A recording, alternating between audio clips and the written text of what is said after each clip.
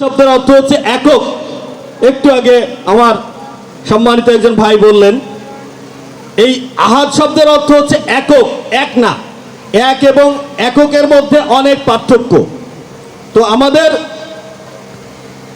বিভ্রান্ত করার জন্য এরকম ছোট ছোট কিছু শব্দের খেলা খেলেছেন। কারা খেলেছেন? উমাইয়া আব্বাসীয় বংশ থেকে শুরু করে অদ্যাবধি এখনো খেলা চলছে। এখনো খেলা যে বন্ধ হয়ে গেছে তা না, এখনো খেলা চলছে। তবে এই খেলা বন্ধ হওয়ার জন্য অলরেডি রেফারি নেমে গেছে মাঠে। রেফারি কারা? ডিজিটাল মাধ্যমে। এখন ভুলভাল বলে খুব বেশি পার পাওয়া যায় না। উল্টাপাল্টা অস করলে এটা প্রতিবাদ শুরু হয়ে গেছে।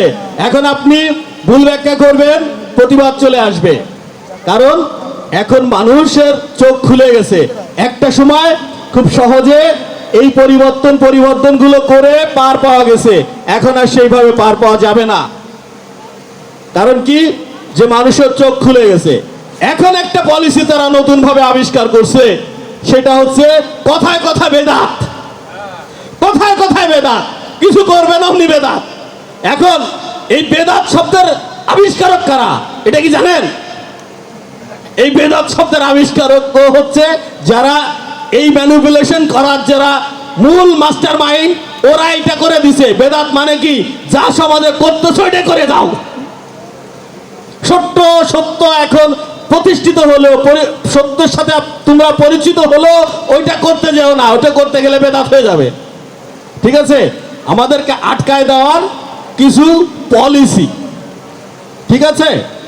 এরপরে আরেকটা জায়গায় দেখেন, আমি যে কথা বলতেছিলাম যে আল্লাহর প্রতি বিশ্বাস স্থাপন করার জন্য কিছু শব্দের ব্যাপারে খেলা চলছে। যেমন আল্লাহ কখনো কখনো বলেছেন, বহু বচনে নিজেকে পরিচয় দিয়েছেন। আমরা করিয়া থাকি, আমরা অবস্থান করি, আমরা দান করিয়াছি। একটু আগে বললেন যে ইন্না আতাইনা কাল কাউসার। এখানে আল্লাহ বলে নাই যে আমি কাউসার দান করছি, আমরা কাউসার দান করেছি। এই যে বহুবচনের ব্যাপারটা, এই বহুবচনের ব্যাপারটা কি সেটা বুঝতে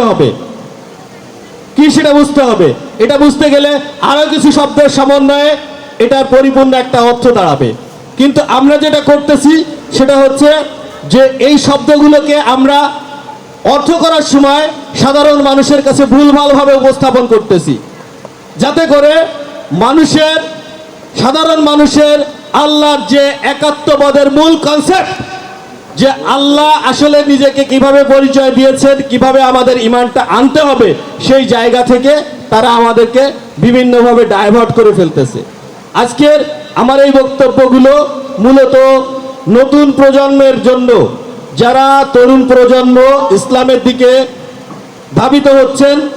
আপনারা কুরআনকে সুন্দরভাবে বোঝার চেষ্টা করুন।